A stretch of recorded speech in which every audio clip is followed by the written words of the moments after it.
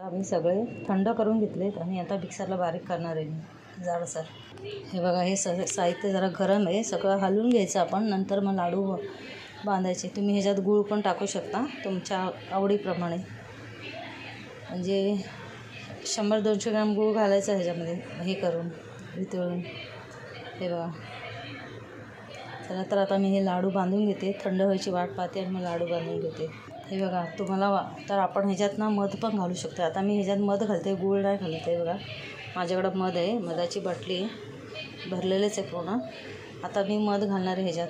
आपल्याला किती हवं आहे गोड प्रमाणात ह्याच्यात मध घालू घ्या. चला तर मी असे टरबूजाच्या बिया बारीक गॅसवरती मंद आचेवर भाजून घेतल्या आहेत. तर आता आपण हे लाडवामध्ये मिक्स करूया. चला बघा, टरबूजाच्या बिया अशा घातल्या आहेत मी.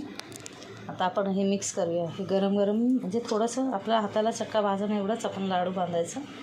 जास्त गरम असल्याला हात घालायचा नाही तर खूप चटका भाजेल.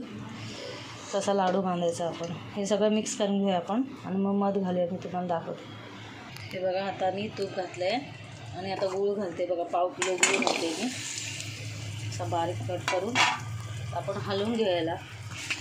मंद गॅसवरती गूळ वितळायचा आपल्याला, करपवायचा नाही. हे बघा, आपण हे मिश्रण केलं आहे ना लाडवाचं, ह्याच्यामध्ये घालायचं. मग लाडू बांधायचं.